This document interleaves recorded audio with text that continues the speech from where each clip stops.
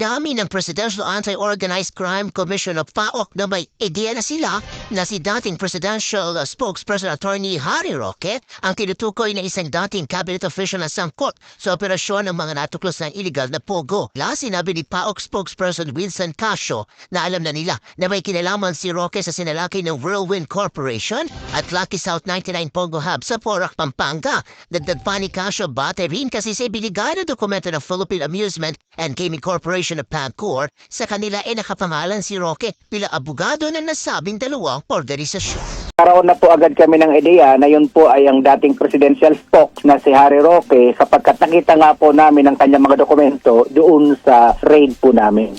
Yung lawyering is not a crime, but because of the testimony that was given by Chairman Altenco sa Senado ngayon, magiging personal interest po si former presidential spokes Harry Roque. Kaaralan namin yung mga dokumentong hawak namin, kukunan namin ang testimonya ang PAGCOR, sino sa kanila ang pre-measure, sino sa kanila katanggap ng lobbying magmula kay former presidential spokes, hingi kami ng affidavit mula sa kanila, at yun po ay bibigay natin sa mga abogado natin. Kung sa tingin ng ating mga prosecutors, mga abogado na sapat na po yung papel na yon para halimbawa masunto si former presidential spokes, nakadepende na po tayo doon sa mga prosecutors sa kanilang desisyon po doon. Tungkol dun sa former cabinet official who lobbied on behalf of illegal POGOs. Magandang umaga po. Magandang umaga po. Risa. Gusto ko lang pong sa pagkakataong ito ikwento yung nangyari sometime in July 2023 kung saan mga ikatlong linggo po yun ng Hulyo 2023, tumanggap po yung aking tanggapan ng tawag mula kay dating Secretary Harry Roque. Doon ay humihingi po siya ng appointment sa akin. So, nung pong ika-26 ng Hulyo 2023 din, nagkaroon po ng pagkakataon na bimisita po sa aking tanggapan sa PAGCOR nung po'y nasa Ermita pa kami. Siya po'y nabigyan ng appointment at siya po'y dumating sa aking tanggapan. Kasama ko po noon na sa aking tanggapan ay si Attorney Jessa Fernandez na nandito rin naman. Siya po ang head ng OGLD. Dumating po si dating Secretary Harry Roque, kasama po ang isang babae at ipinakilala po niya sa amin ni Attorney Jessa. Ang babaeng yun ay si Cassandra Leong. At sa kanya pong pagpapakilala sa amin ay sinabi po niya na may problema po na hinaharap si Binibining Cassandra Leong at ito ay nauukol sa kanyang pagbabayad ng lahat ng mga billing ng kumpanyang kinakatawan niya sa PAGCOR. So, tinanong ko po si Binibining Cassandra Ong kung ano ba yung problema. At ang sabi po niya, siya daw po ay nagtiwala sa kanilang authorized representative na nagngangalang Mr. Dennis Cunanan. At yun daw po, 6 na buwan na dapat ibinabayad nilang mga buwis sa PAGCOR ay binibigay niya kay Ginoong Cunanan para ibayad sa PAGCOR. At bukod daw po doon, sa mga buwan ng mga dapat bayaran sa PAGCOR, ang sabi po ni Binibining Cassandra Ong ay may sinisingil pa raw ng mga additional fees na fines and penalties si Ginoong Dennis Cunanan sa kay Cassandra. So, ang kwento po niya, buwanan po, ibinibigay niya yung pera kay Ginoong Dennis Cunanan at pinaniniwalaan niya na yun ay ibinabayad sa PAGCOR. Kaya nagulat daw sila nang magpadala po ng sulat ang tanggapan ni Attorney Jessa Fernandez sa kanila na nagsasabing meron silang arrears na 6 na buwan. Himigit kumulang po yun sa $500,000 US dollars.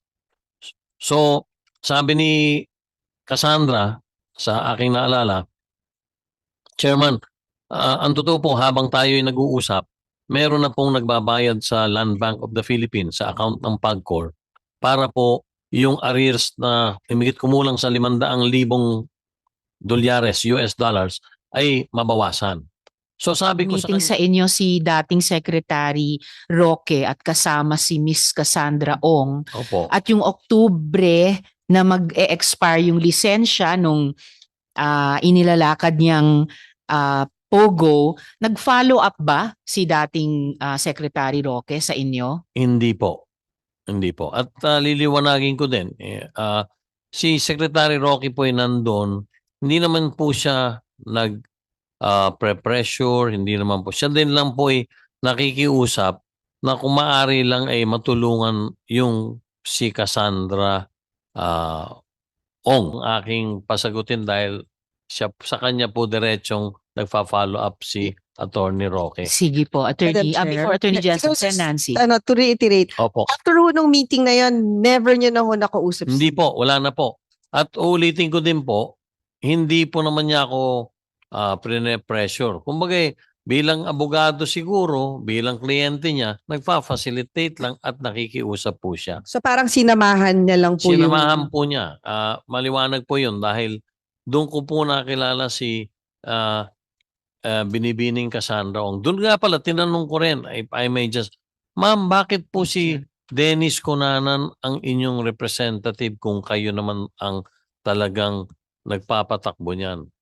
Noon daw pong panahon na nag-a-apply sila ng lisensya, siya daw po ay inadvisean ng kanyang abogado at ng PAGCOR na baka masyado siyang bata na maging authorized representative sapagkat nung panahon po na yon, noong 2020, kung di ako nagkakamali, ang banggit po niya sa akin, siya'y 19 na taong gulang lamang. Teenager. O, Sino so, pong abogado niya na nag-advise? wala pong sinabi sila eh. Kaya sabi niya, ang pinili po namin ay si Mr. Dennis Cunanan na lang ang maging authorized representative ng kumpanya dahil siya naman ang nagpa-facilitate ng lisensya namin sa PAGCOR. Yun po ang ano niya. So, kung pahintulutan niyo po, sa akin po, sa tanong ni Senator Binay, hindi na po nakipag-ugnayan si Attorney Harry Roque. Si Attorney Jessa po na siyang head ng licensing, siya po ang nakakausap or nakaka-text,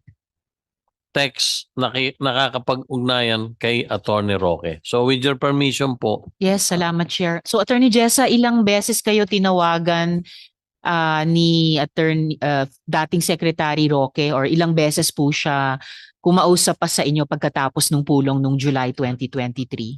Ma'am, sa pagkakatrace ko po, 5 times po siya tumawag.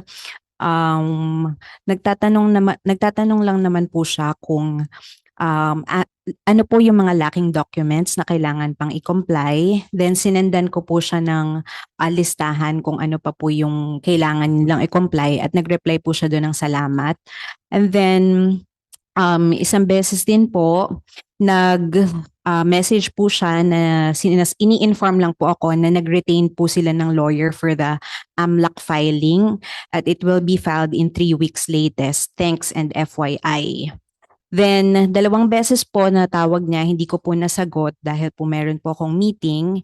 And then, 1 beses po ay nagpa-follow up po ulit siya kung ano po yung status ng application nila ng Lucky South. Yun lang. So lahat-lahat po, Attorney Jessa, may isang text si dating Sec Roque, may 5 tawag na nakapag-usap kayo, plus 2 tawag na hindi nyo nasagot yung tawag nila, plus 1 follow-up pa. So lahat-lahat, 9 na beses siya, si dating Sec Roque nag-follow up sa inyo. 6 lang po, ma'am. Bali, 6. tatlong nasagot, 2 hindi po nasagot. And then, nung May 14, 2024 po, in-inform ko po siya ng decision po namin na i-deny yung application ng Lucky South because nakakita na po talaga kami ng reason para po hindi na po talaga sila bigyan ng lisensya at that time.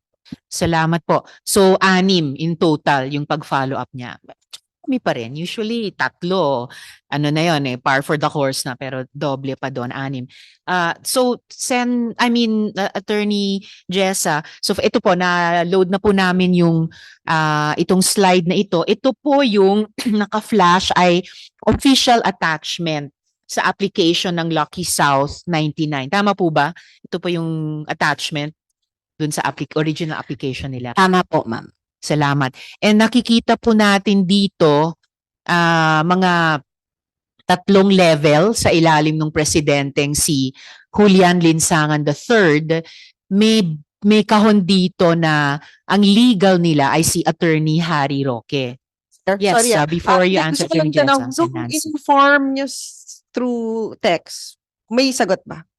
Through phone call po yun. Ang sabi niya lang po, ganun ba, i-inform ko na lang po yung principals po niya. Okay, so and then walang face-to-face meeting. And on record, wala namang hindi siya nagsabi na dapat bigyan nyo ng permit, walang ganun. Attorney Jessa, ilang beses kayo tinawagan ni dating Secretary Roque, or ilang beses po siya kumausap pa sa inyo pagkatapos ng pulong nung July 2023?